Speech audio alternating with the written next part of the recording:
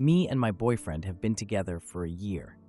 My boyfriend has been taking care of his siblings, female 16, female 12, male 11, since his oldest sister was born.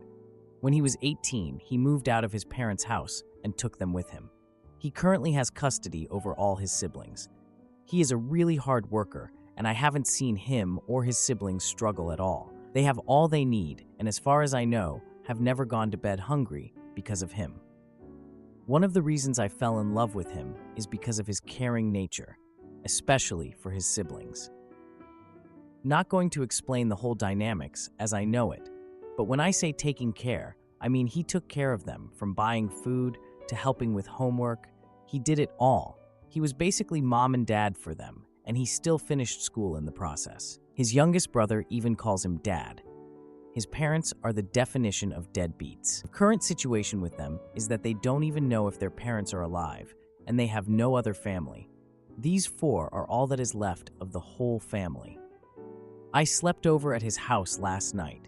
This morning around 6 a.m., his sister, female 12, came into the kitchen crying hysterically. She woke up with blood in her pants and freaked out. She started with her period. My boyfriend got her to calm down and explained that she is all right and everything will be okay. He then gave her a brief explanation of what is happening and that her body is changing. He asked her to go and take a shower to get cleaned up and told her where to find the pads his other sister, female 16, is using and to use them as the oldest sister showed her. When she left to go and take a shower, he said, "Shoot." I thought we would have another year left. I asked what he meant, and he said his sister, 16, started her period when she was 13, and he knows not all females and bodies are the same, but he thought it would be around the same time. So he was a bit unprepared for the discussion. I was shocked with that comment, and the fact that he knew his sister used pads. Why does he know when she started her period in the first place? Why does he know what she uses? I wanted to ask him why he knows this, but kept the question to myself. When his sister returned from her shower, he asked if everything was all right or if she was having any discomfort. I started to get disgusted when he asked that question. He told her she doesn't have to go to school today and he will take her for some shopping. After breakfast, he sat her down in the living room and explained everything in detail to her regarding what is going on, what will happen, all of it. He said he helped the older sister with her first time and will help her as well. He finished with saying that her sister, 16, will be able to help her more with the type of products to use and how they work. I was surprised, shocked, and disgusted about all the things he told her. He was correct in everything that he told her, but no brother should know that much about what is happening to his sister's bodies. Unfortunately, his oldest sister wasn't at home to help. She had a sleepover at a friend due to a project for school. So he took charge of explaining everything. He must have seen the disgust on my face and asked me what is wrong, and it just slipped out. I told him, "You are a disgusting pig."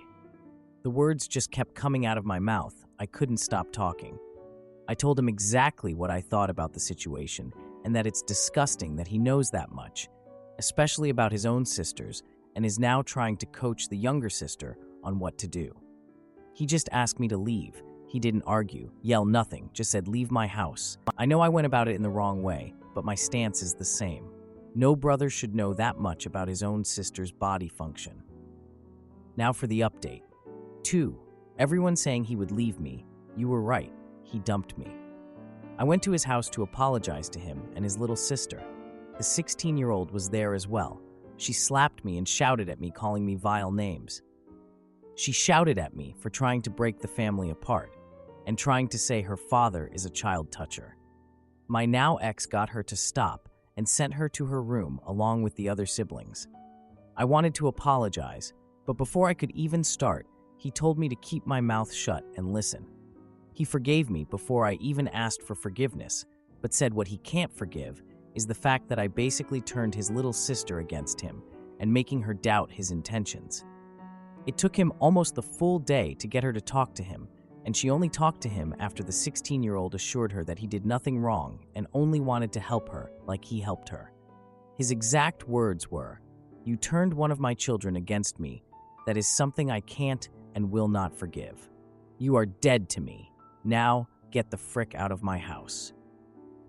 He said it with so much anger in his voice, and I could see in his eyes that he absolutely hated me in that moment. I was actually scared for myself in that moment. I have talked to some of my friends about this, and you all might be glad to hear, but I'm losing friends as well. Even my own sister is now refusing to talk to me. Yes, in our house, my father had nothing to do with our periods, and my mom handled everything. What should I have done? I thought he did something wrong. I can see I'm in the wrong, but still, why am I being punished for this? His words really hurt me. That is not fair. I didn't even get a chance to explain myself or anything. After he was done talking, he again just kicked me out of his house. I am blocked everywhere and can't get a hold of him. I even tried his sister's phone, but I'm also blocked there. Now for the boyfriend's post. A few commenters did some digging and found out that he got a restraining order against her. I'm male 28, am currently taking care of my 3 younger siblings. Male 12, female 16, since my sister, female 16, was born. Our parents are nowhere to be found.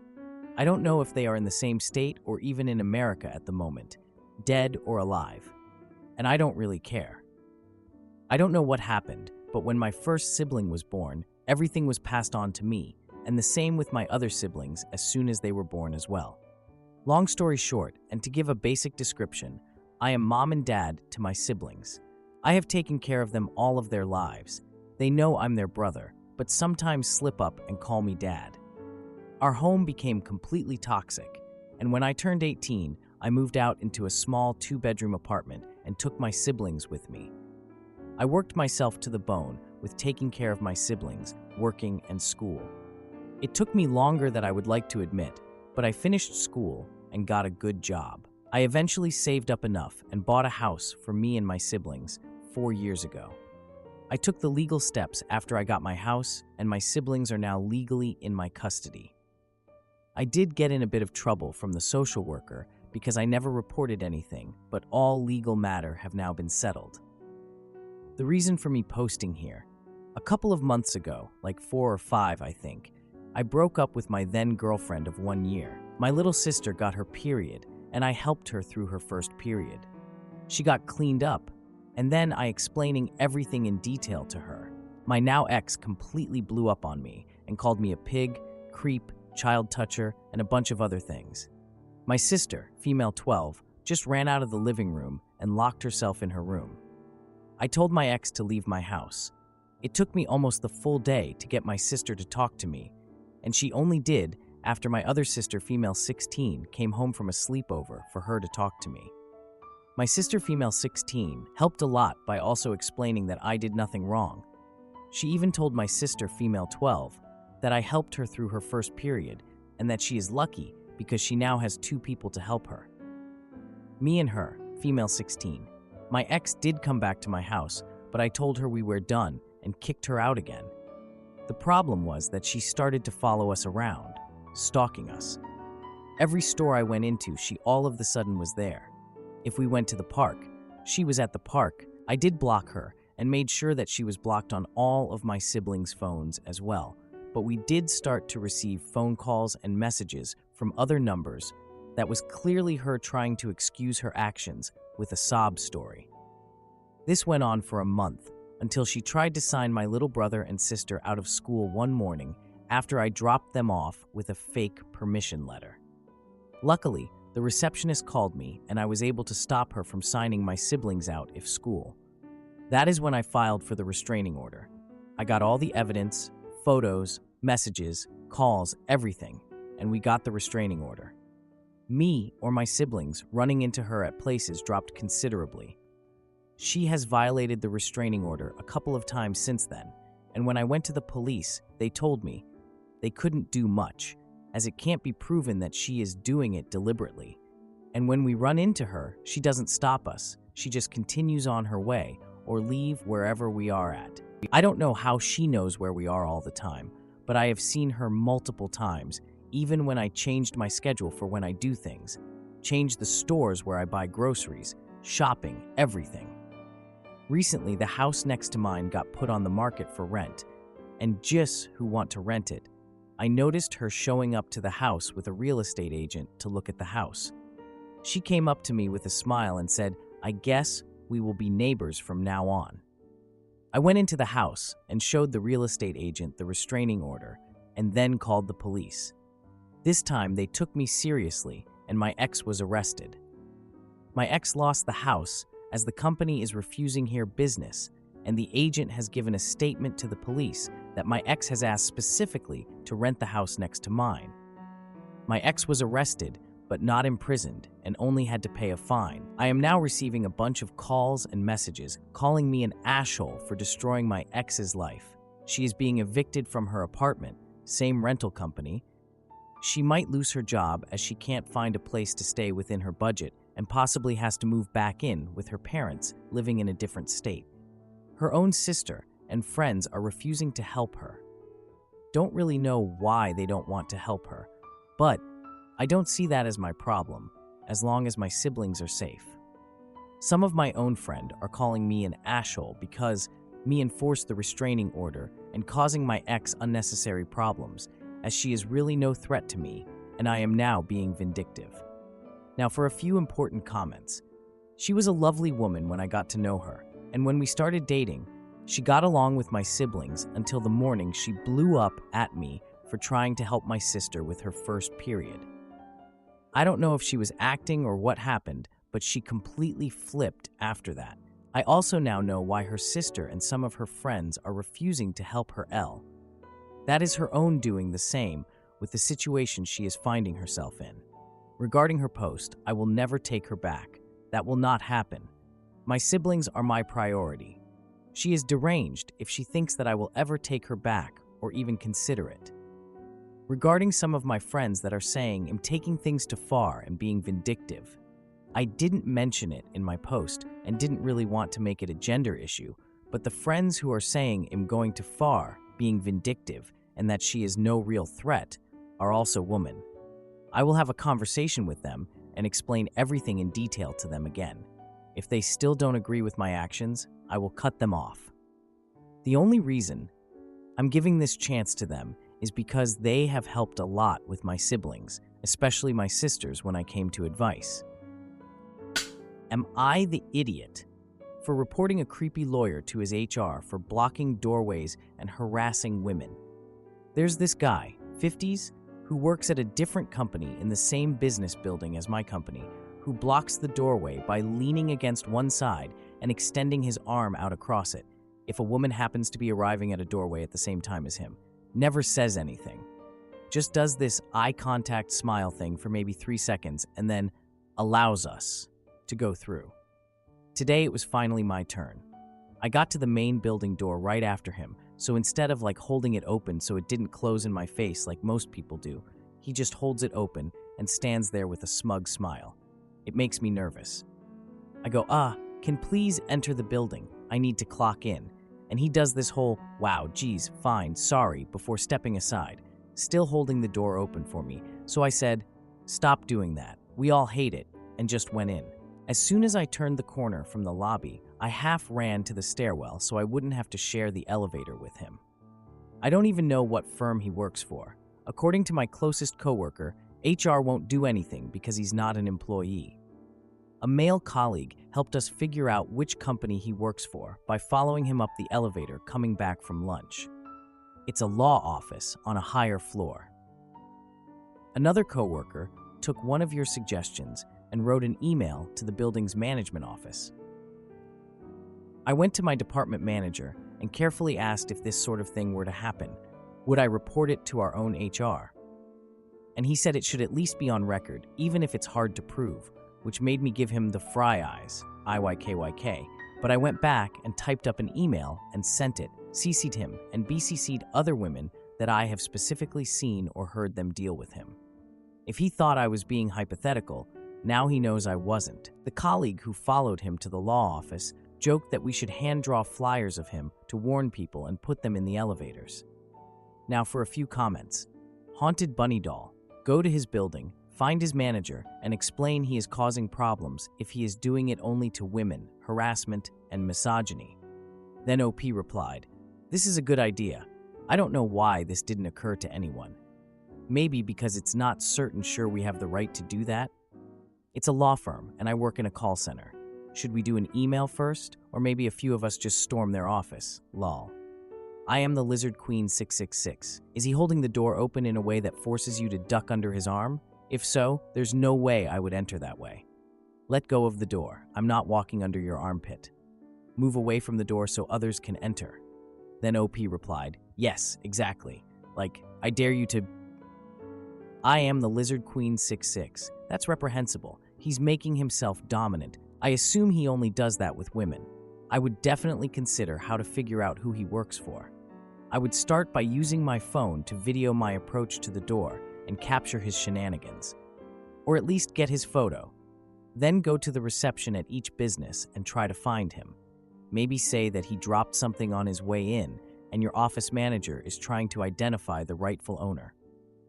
Now for the 2-day update. Yesterday was a long day for me. I came in early to 1, make up for lost time spent focusing on this BS, and 2, to avoid the Noid.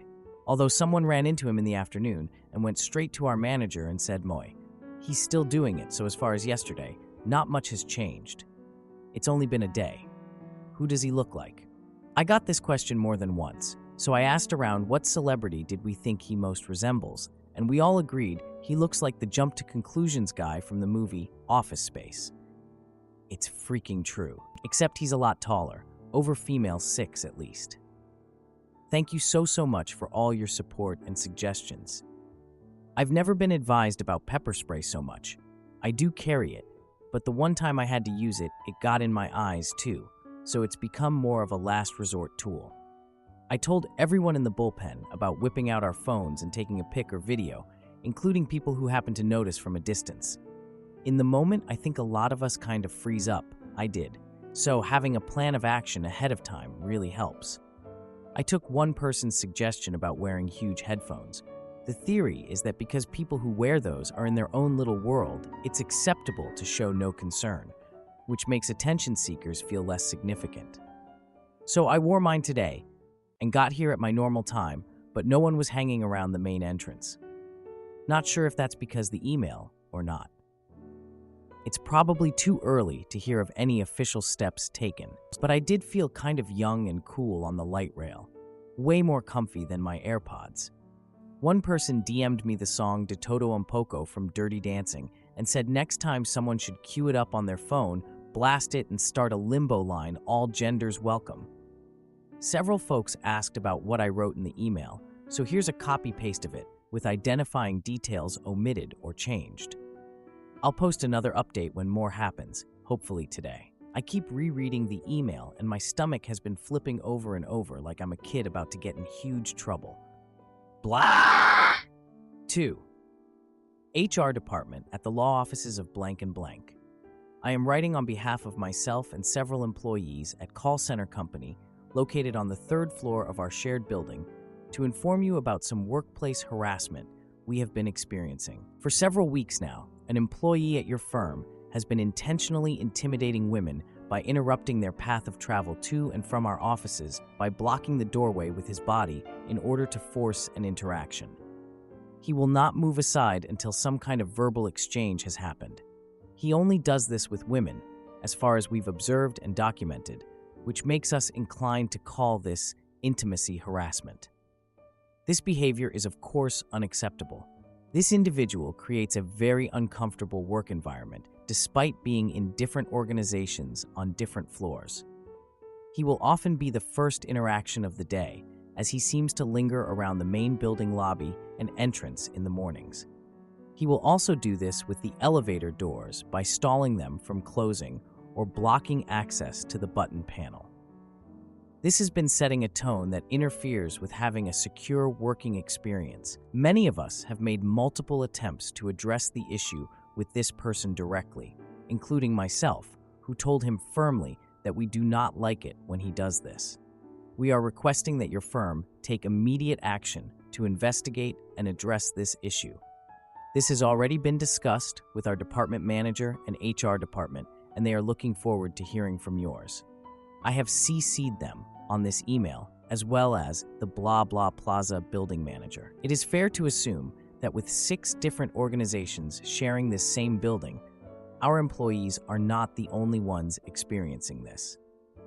Please inform us when call center company can expect to see the results of your investigation and what measures will be taken to ensure that this type of behavior does not happen again in the future. We hope that this issue can be resolved quickly and that appropriate actions will be taken to ensure that all employees working in Blah Blah Plaza feel safe and respected as we all make our way to and from our offices.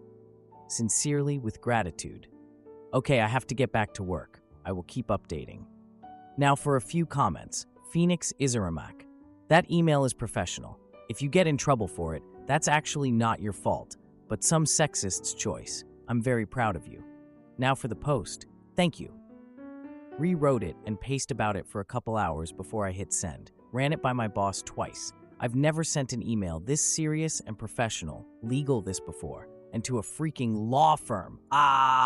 Who do I think I am, Ally McBeal? Now for a comment. You're a woman with a voice and a reason to be pissed. Thank you for standing up for all of us.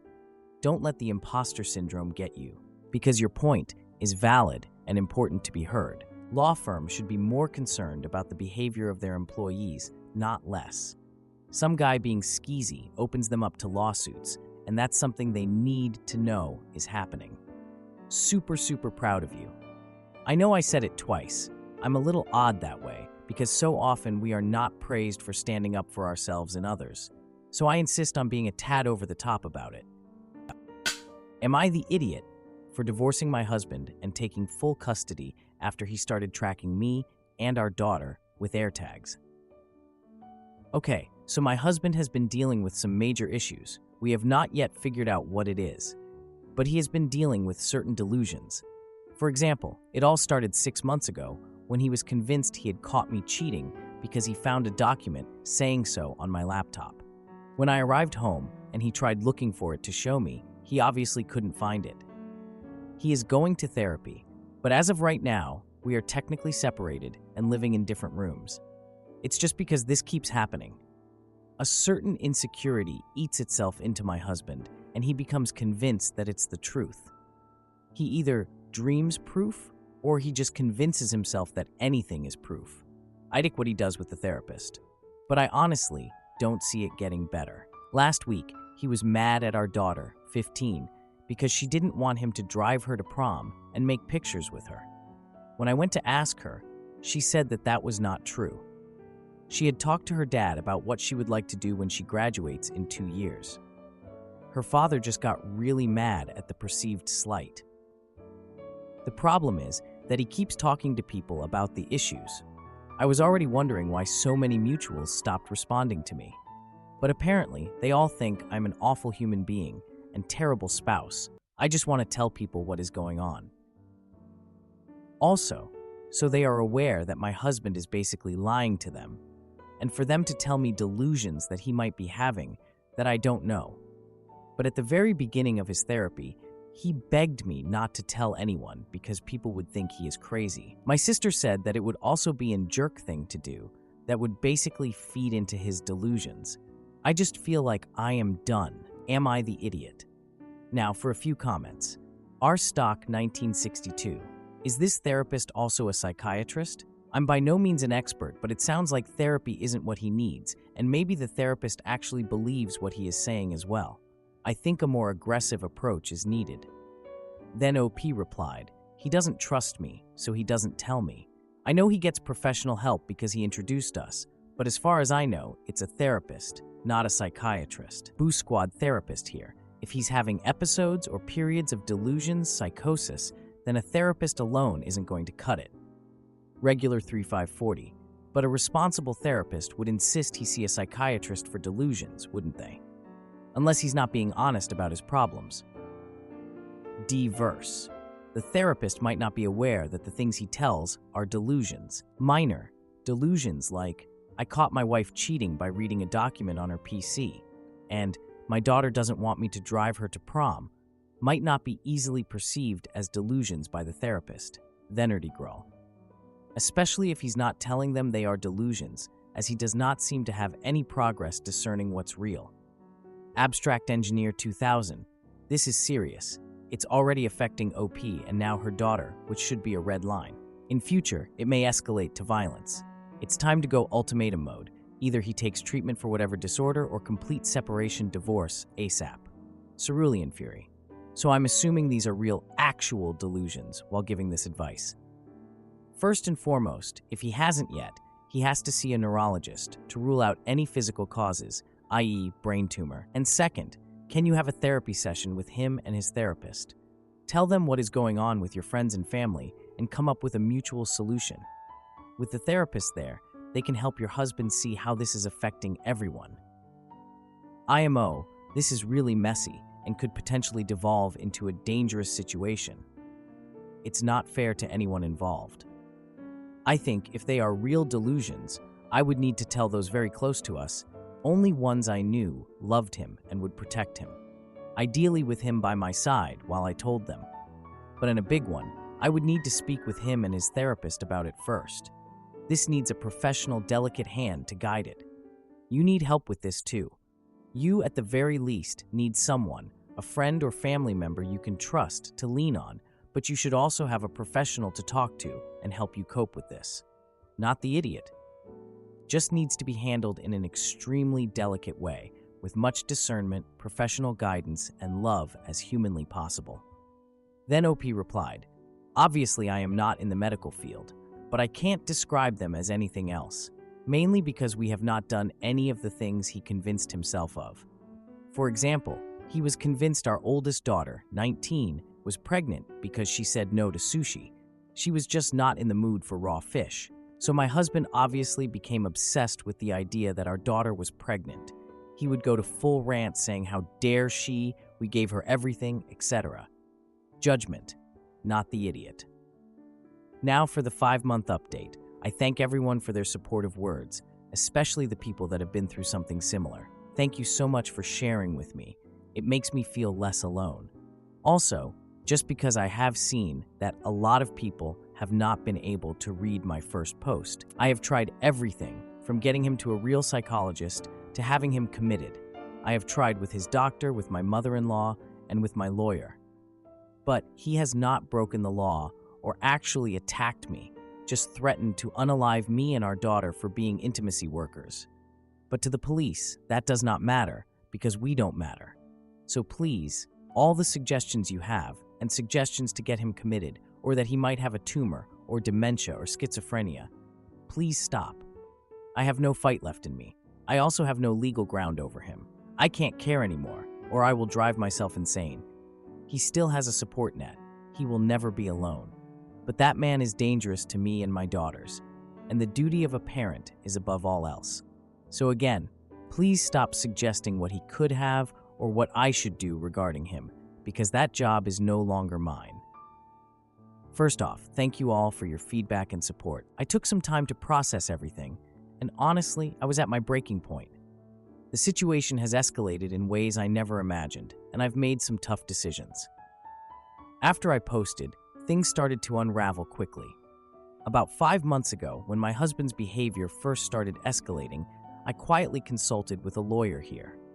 At that time, his delusions had begun to affect our daily lives, and I knew I needed legal advice. The divorce process requires a period of legal separation before the divorce can be finalized.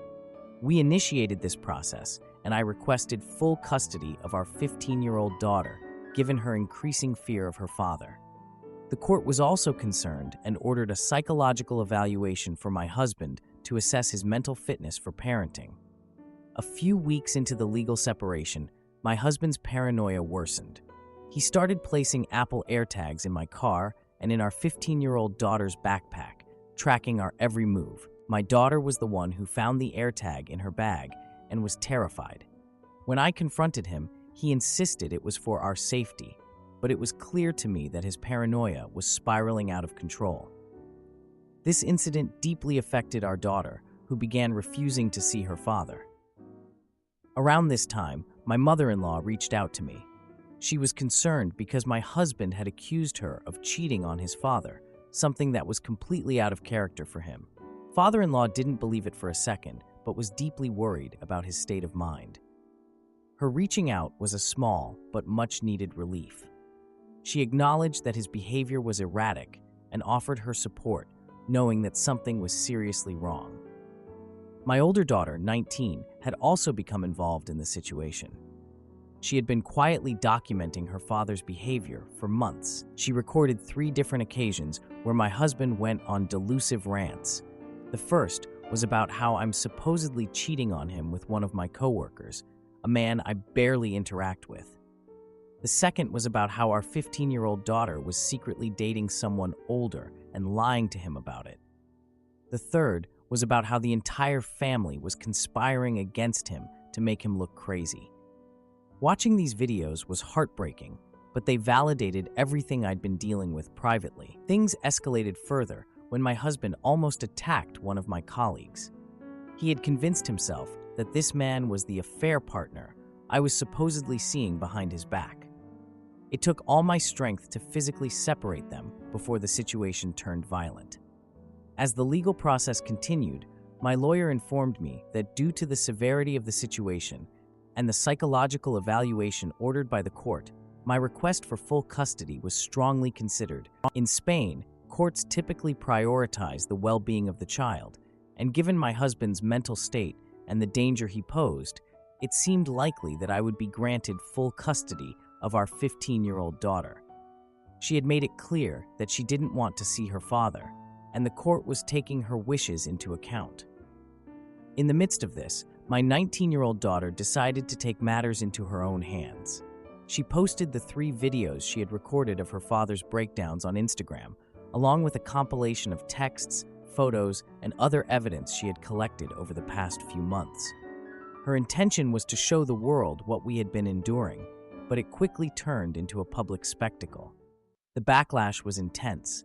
Some people were horrified and reached out with sympathy and support, while others criticized us for airing dirty laundry and accused my daughter of betraying her father. As the divorce process continued, my husband's mental health became a significant factor. The psychological evaluation ordered by the court revealed the depth of his delusions, particularly around cheating and female sexuality. It became clear that he was not fit to make decisions regarding our daughter's well-being. The evaluation supported my claim for full custody, and the court is now in the process of finalizing that decision. In the meantime, all communication between my husband and me is being handled through our lawyers, and I'm ensuring that any interaction between him and our 15-year-old daughter is supervised. Given the severity of the situation and the damage done to our lives, I'm making plans to move away with my daughter once the legal proceedings are finalized. My reputation in our current community is shattered thanks to his delusions and the lies he has spread. Starting fresh somewhere new seems like the only way for us to heal and rebuild our lives. I never wanted it to come to this. I still care deeply for my husband, but I can't keep sacrificing our well-being for the sake of his image. The revelation that he's been lying to his therapist, or rather, his unqualified life coach, was a breaking point for me. I realized I couldn't trust him to get better on his own. Thankfully, some friends have started to see through his stories and are reaching out to support us, which gives me hope. But I know it's going to be a long, difficult road ahead.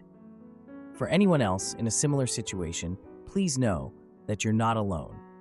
This has been the hardest decision I've ever made, but sometimes you have to do what's best for your own mental health and safety, no matter how much it hurts. Thank you again for all the advice. I'm hopeful that this is the first step towards a better future, even if it's a painful one. Now for a few comments. Commenter TrickParsley377 said, I wish you and your daughter much peace and safety in the not-too-distant future, and I hope your ST-Bex gets the much-needed help he needs to get better. It sounds like he needs professional help immediately. Good luck to you. Another commenter, ex-Sugarfairy, added, protect the child and yourself at all cost OP. Then, Stinston555 commented, you and your child may need some family therapy. Please consider it. I wish you well. I hope your STBX gets the help he needs so that one day he can be fully present T and have a relationship with the child you share. OP replied, "We are in therapy. Have not been for long, but that was an insurance issue."